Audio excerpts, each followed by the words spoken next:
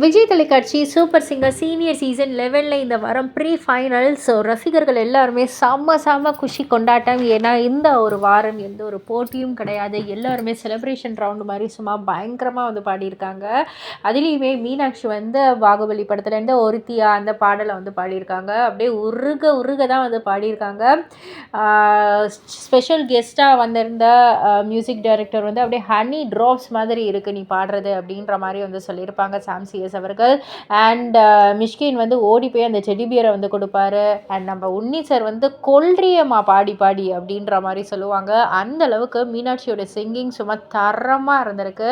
So மீனாட்சிக்கு ஏகப்பட்ட fan base இருக்காங்க, எல்லாருக்குமே தெரியும்.